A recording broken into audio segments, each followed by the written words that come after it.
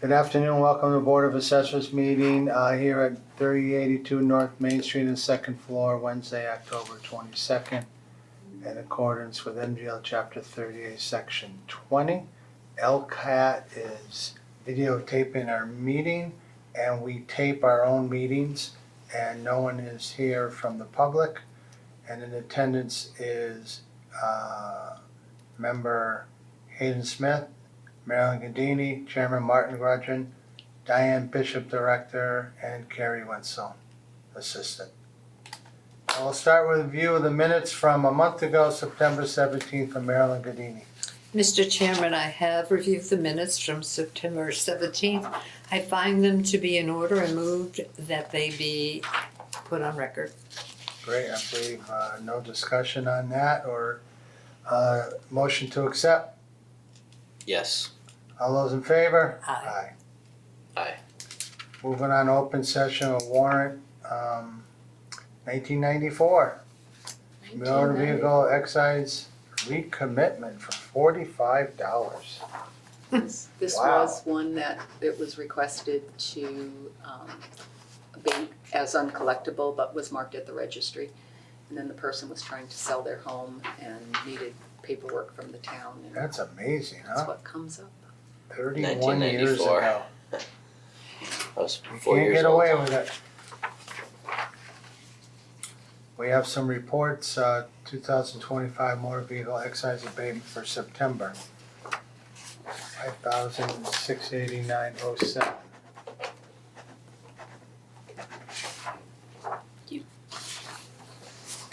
Fiscal 25 real estate abatement report for September. Amount of $328.94 and 1% of that for CPA.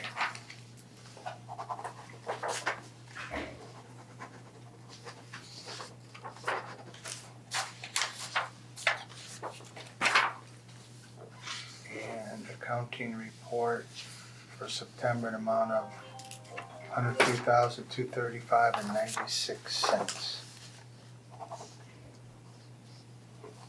That's for motor vehicle.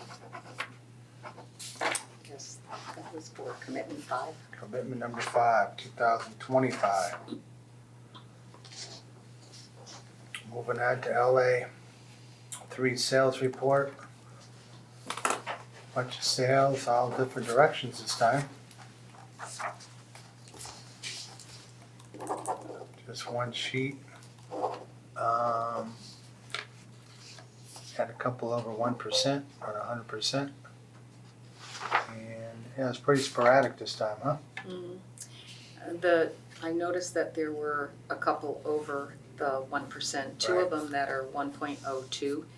Both of those were homes built in 2016 and 2017, so that must mean that our newer homes are capturing the value of what the sales are as opposed to the older homes that have a lot more depreciation. Maybe.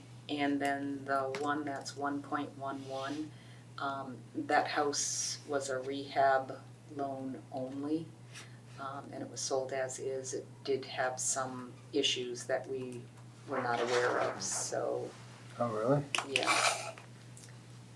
And then the very first one on the list, that was Oh, I know that house. the 1.11 or the first one? Yeah. I gotta see where it is, but go ahead. It's kind of almost to the curb. Up on the left-hand side, correct? Yes, Up a bad driveway? yes. I was inside that house, yep. And then, like I was just mentioning, the first one needs a lot of renos, and it was a cash sale as is. Which one? The very first one. Those are the only notes that, Oh, okay.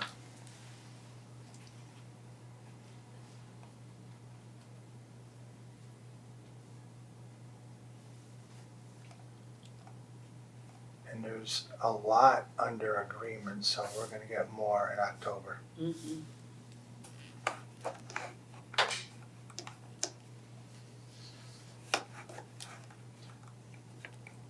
And we had a very high land sale. Still a lot. represents the highest in the Pioneer Valley area for that type of lot. Right, Went up for a little higher. and we are talking towards the bottom of the paper? Yep. Yep, Number 130. Yep. Higher than any other town at this point for one small lot. AJ Crane. Yes. That's who's doing the new construction at my kid's school. Oh, well. Yeah. Pioneer Valley Montessori. Mhm. They're getting a new building added and he's building it. oh, very cool. Well, we know where you got the money from then. Yeah. Any other, that's it for that. Any questions from the board? Sales, Marilyn, no? No, there's still a lot of just transfers and not real sales, just, Yeah. yeah, Yeah, a lot. yeah. All right, moving on to building permits for September. A lot of We those. got an ADU. ADU, 872 square feet.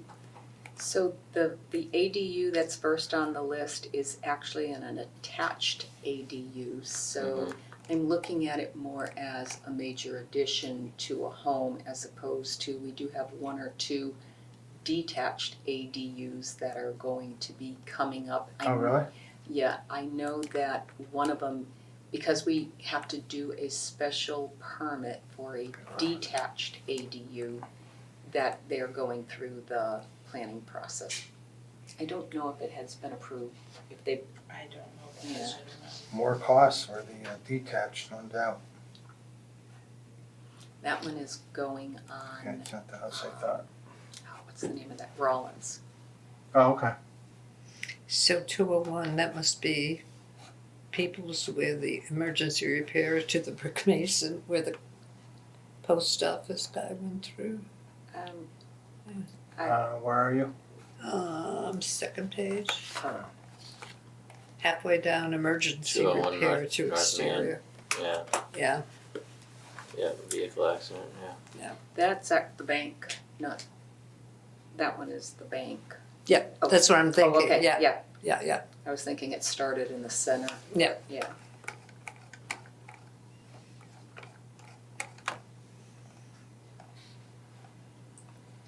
Any new homes? No new homes or condos. Wow. No, Very rarity to get 0 for a month. Wow. so, That hurts new growth. Cool, people putting in pools kind of late in the yeah, year. yeah. That's because their pool people are incredibly busy. Because Teddy Bear doesn't install them anymore. All right, that's it for building report. Moving on from Diane Bishop for director report. Okay, so I'm gonna start with our fiscal 26 boat commitment. We did receive it and we processed it, but unfortunately, we're having a glitch in our Munis software and we're waiting for a resolution from Munis. Carrie Ann's been working with them and they're hoping for some type of resolution this week. But Is that for the town or the state? that is for the town's boat excise, but we are not the only municipality That's not asking, using, yeah. using Munis that is looking for having a small glitch in. Right. So I usually tell people that when we send out our boat excise bills, we have an insert that reminds them of their responsibilities because people need gentle reminders. And we can still put these out, but the reminder is pretty much going to be past due by the time when it talks Gets about fixed. deadlines. But people should know if they get a boat bill every year, they should be filing a form of list for their boat. And if they do file a form of list and then they get rid of their boat at any time during the fiscal year, they may be entitled to an abatement. But if they do not file a form of list, then they are not entitled to an abatement. So again, it's really imperative for boat owners to get their forms of list into us by the 31st of October, or they will lose the ability to apply for an abatement for this fiscal year. So. I have a question about that. If they are not planning on selling their boat, does it make a difference if they do one or not? Well, they are supposed to by law, they're supposed to supposed to let do us know that where their boat is moored or garaged. I say garage, moored, or docked. So that helps us to say, oh, well, it's not docked or moored in East Long Meadow, we'd have to send it to another municipality. But that is a requirement, so I would hate to say, no, they don't have to do it. Mhm. People should be in the habit of doing it. It is required, they should do it, but from a practical standpoint, it wouldn't necessarily make a difference to them If they're not getting rid if of they're it. not getting rid of it. Correct.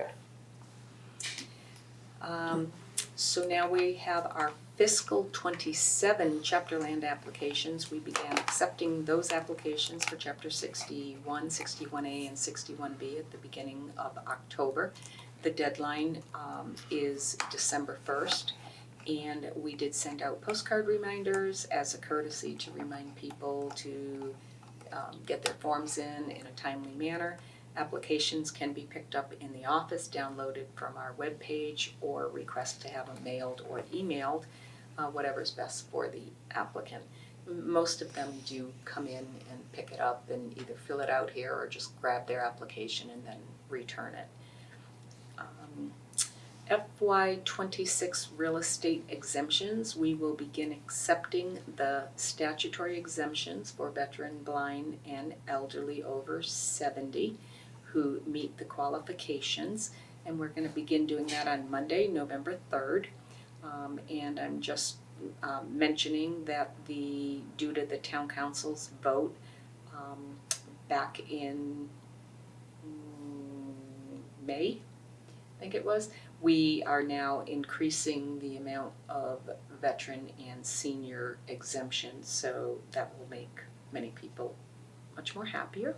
The deadline is April 1st of 2026, but we do encourage people to get it in as soon as possible so we can get it onto their tax bills and they receive the benefit quicker.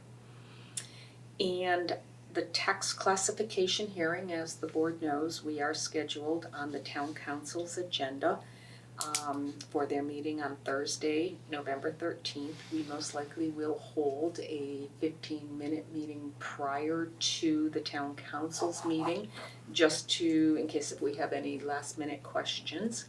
And this hearing is a requirement before we can submit our tax rate for approval. I did just recently have a meeting with the finance team, and they have asked, there's been discussion to have our tax classification earlier in the year than this mid-November date. The reason that we always did it in November was because when we were a town meeting form of government, we always had to wait till the special town meetings took place to see if any more appropriations were going to happen, and then we had to get all of that information to put into the tax classification hearing packet. So they are looking to see if we can move it up to make it the second meeting for the town council in the month of October. So they meet like the second and fourth Tuesday of the month, so it would be about 2 weeks prior to.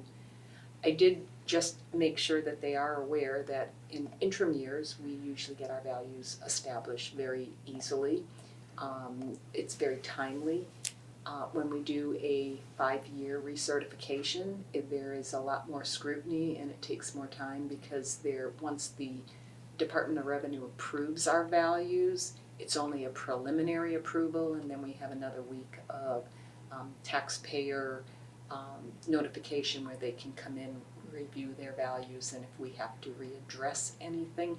So I did tell them that on the 5th year, there's a possibility to have a placeholder for the following meeting in case if our values are not established like the other 4 years.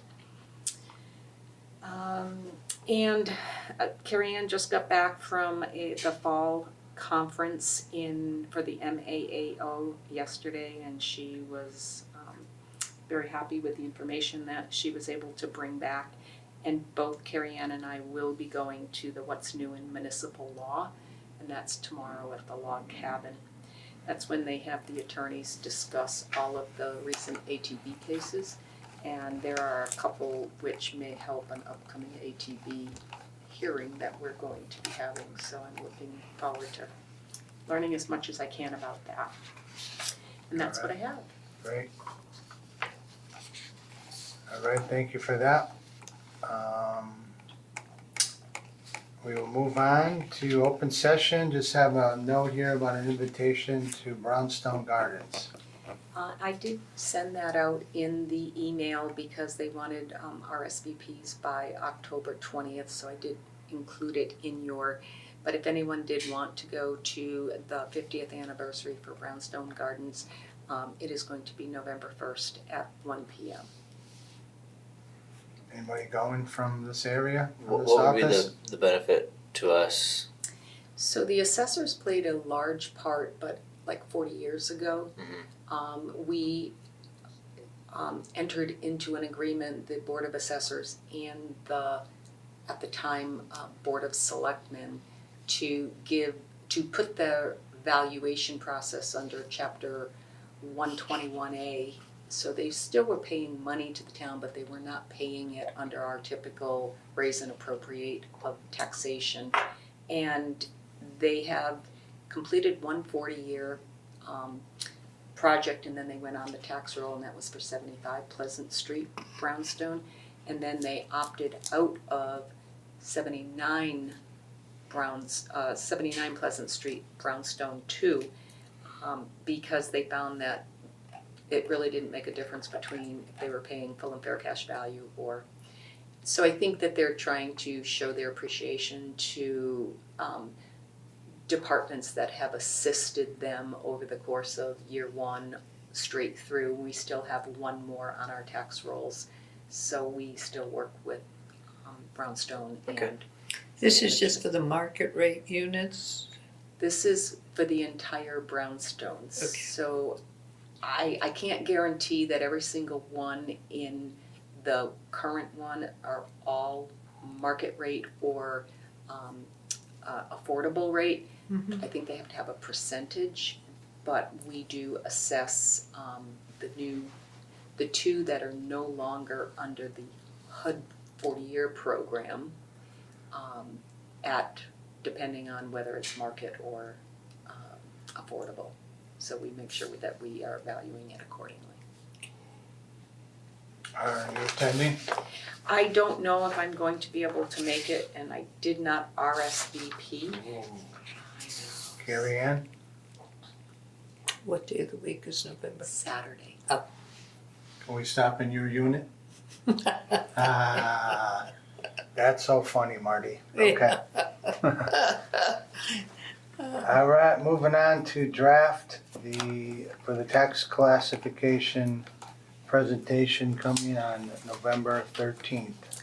So I did pull the tax classification packet together, and I did send it and hope that you have had an opportunity to look to see if you found any typos or omissions.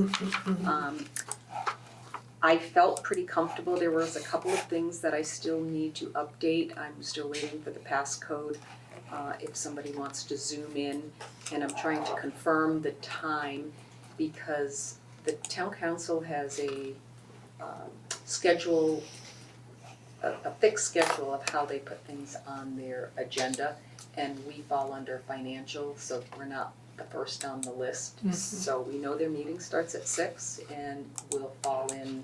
We usually go pretty quick. Yeah. So the only other thing that I am aware of that it's still up in the air, I'm sorry, I had a copy for everyone. I know I sent it to you, but I did make a copy. I've got it right here. Yeah. So. Okay. The only other page that had anything highlighted was the small commercial exemption page, the bullet 3. And the only reason that is still up in the air was I did not receive the Division of Unemployment list from the Commonwealth. They did send it out to me last Friday or Monday, and I'm working to try to get it all done to see if any numbers change. If anything does change, it might be one or two businesses higher or lower. It still will really not have an impact on the town or the town council's vote. But Did we do an average home value? yes, It's in the fours, isn't it? yes, it is on the bottom of, I know we don't have numbers on these pages. It says fiscal year 26 summary of tax rates. We have a single family Oh, that's where assessment. it was, okay. Yep. You got it? Yep, I was just looking, I know we're in the Where is it? fours, and I was looking at the, Oh. I know, the tax year, Yeah, 418. Yeah, I knew it was four something. Yeah. Crazy. and you can see what our proposed tax rate is, and we're still moving forward in that same direction. According to our municipal finance director, that's still the number if anything gets appropriated at any town meeting. It most likely would be from possibly enterprise funds where it wouldn't affect the tax rate, or potentially free cash, and you probably have heard that free cash was certified, so that would be available to fund any other needs of the town. We've been at Since- this 1943 for a while though, estimate, haven't we? That's where we're aiming at, yes. Yeah. Yeah. But I mean, even like 6 weeks ago when it came Yeah, out with it yeah. quick, yeah, Yeah, so nothing has, right, we feel very confident that that will be the right, number. right. The 1943. Yep. Yes. I have not been sharing that publicly because it's not a set in stone Right. number. And the number that I have been sharing publicly is what was publicly produced in the town manager's budget that said it was going to be about 1986 or 7, I can't remember. So this is lower. So this is Mhm. lower, yes. And as I've told people, I can only give them that number, but we do anticipate it to be a little bit less. But until this number is certified, I Yep. do not feel And when will comfortable. that be certified? So we have to have our tax classification hearing, and once our town council vote on all of the options, and assuming that they're gonna vote on a single tax rate. Yeah.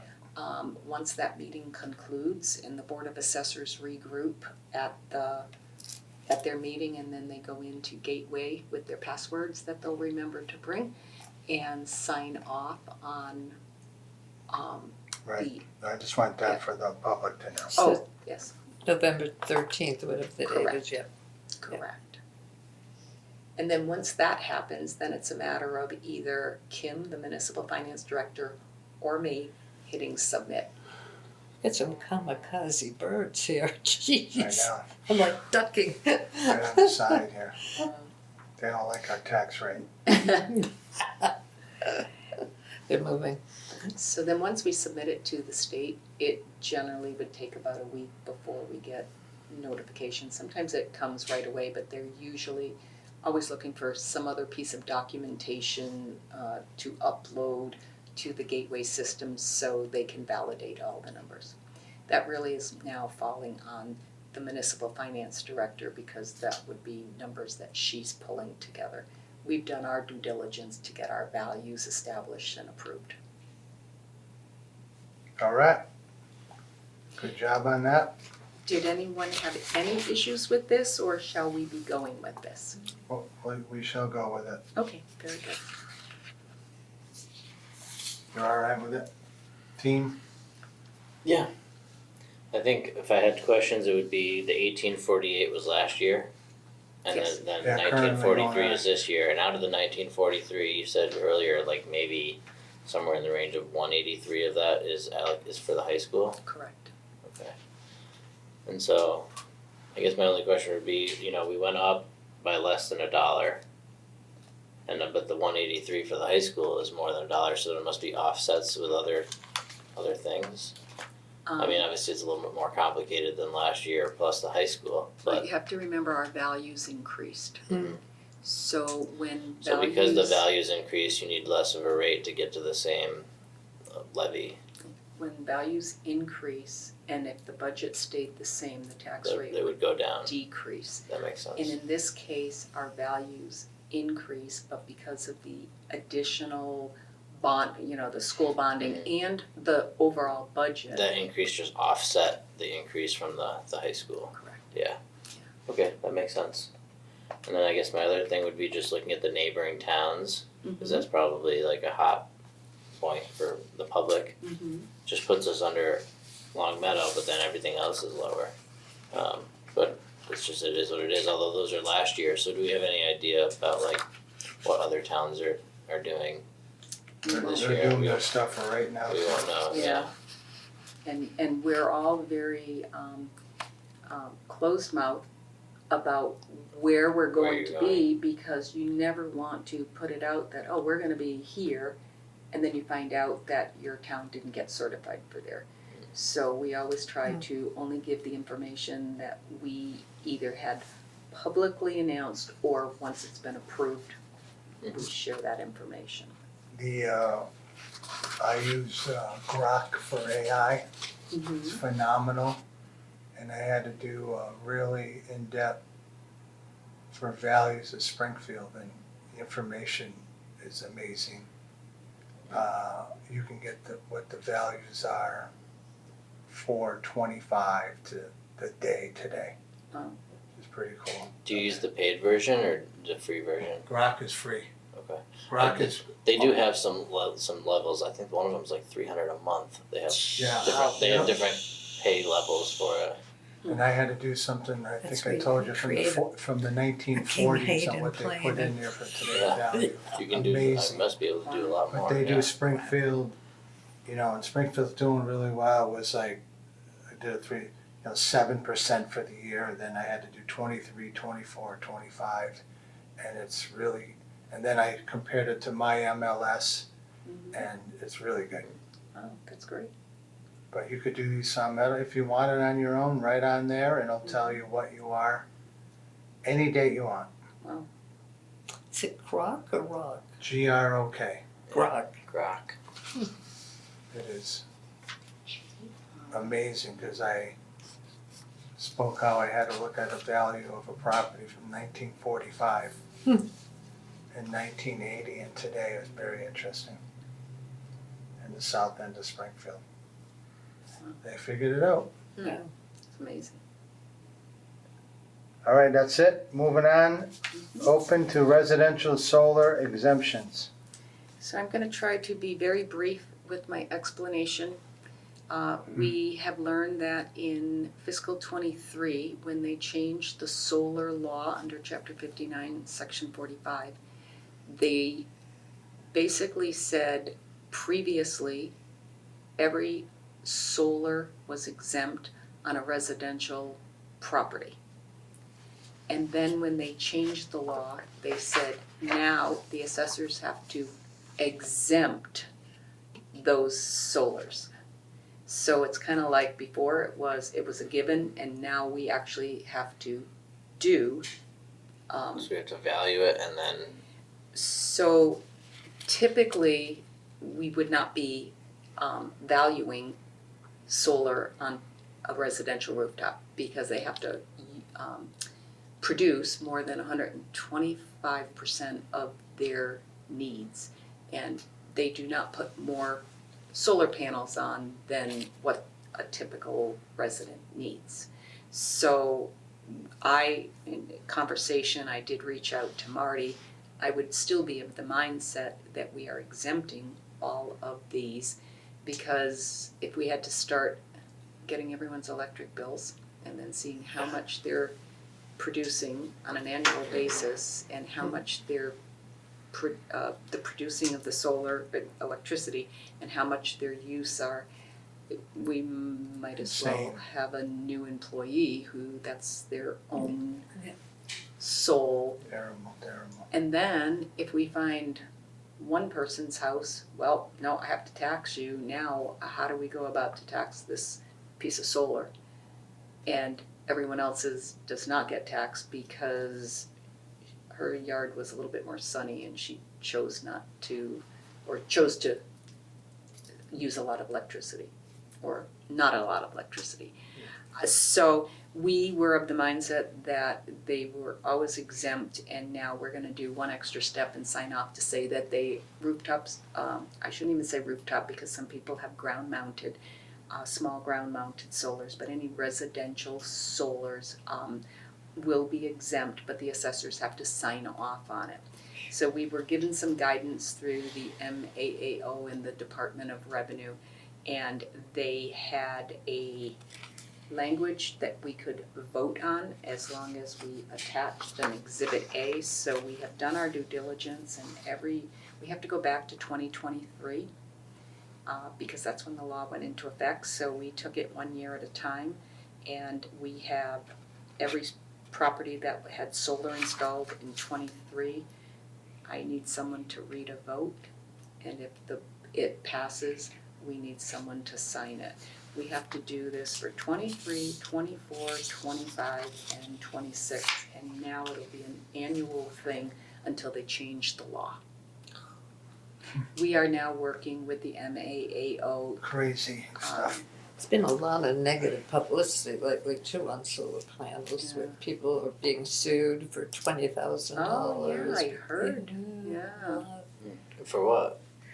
Because they had the solar panels and they weren't working and they weren't being used, but because they were still there, the solar company suing them for like $20,000. There were several cases. Yeah. You can remember, them when they first started getting popular. They were interviewing people that put them up in lower neighborhoods, who didn't realize that they were paying for them and leasing them, and if they wanted them gone, they had to pay for the whole lease, which is I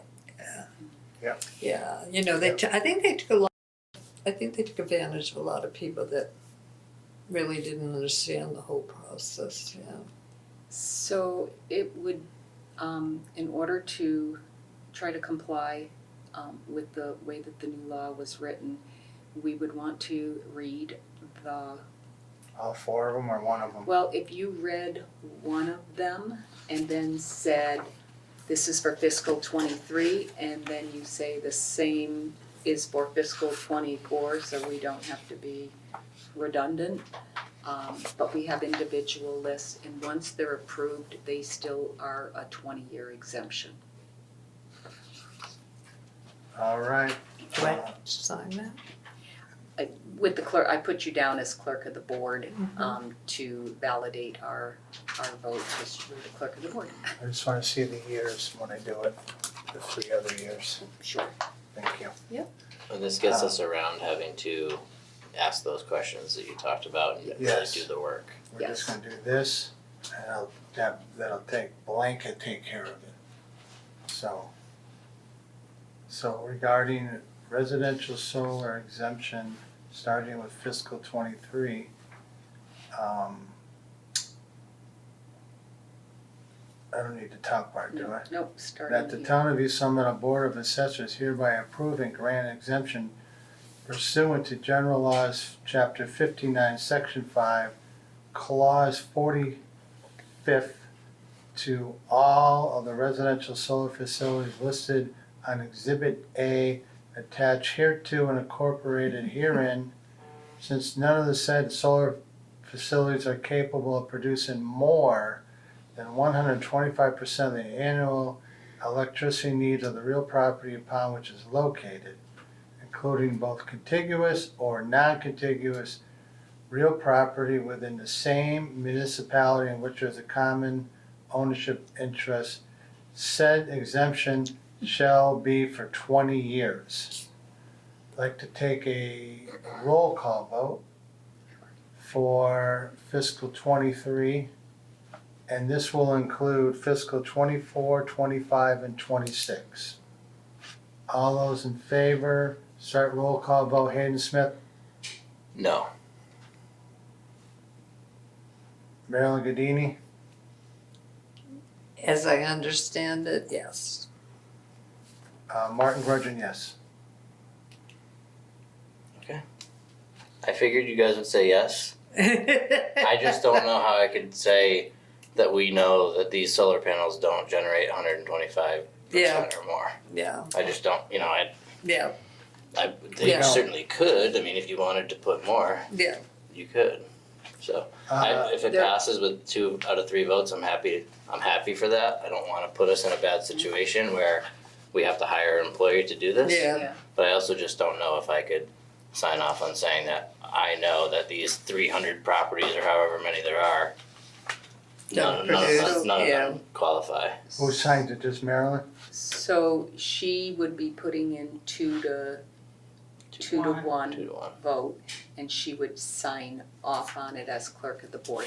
Fire it And up, you know what the So I'm signing this all 4 of them. saying that we voted. voted and Voted yes, we 2 said to 1. yes, yeah. So prior to them changing the law, every single rooftop solar is automatically exempt. Right. So, Instead of doing an individual right, attack. they kind of like flipped it. Well, I When- could see why they did it though, because if I went and I have a big backyard, I could put 100 solar panels back In your there. backyard, And I would produce way more than 125. I'd be making money off of those. And I think what they're saying is if you're making money and you're making more than 25% of even excess of what you use, then we want to tax you on it. So we wouldn't be taxing what they were earning. We Right, would but you just tax the the property solar that's panel. generating the income. And then we have to determine who owns that solar, if it is the solar company. Oh, I Or get that it would be a the big owner, hassle, and I'm and, happy we don't do it. So they are now that it has come to light, the reason this came to light is a new solar company submitted the very last day of abatement season, 24 abatement applications for the 24 solar, rooftop solars that they had in our town. And they filed thousands and thousands of abatement applications across the Commonwealth, and everyone is like, why are you doing this?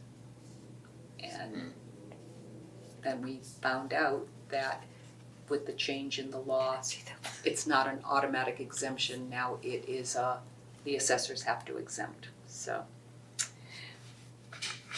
But anyways, hopefully we'll have better information and a cleaner law that we can get back to the way it was, Yeah, I mean, I think the law makes things complicated. That's Yeah. it. so.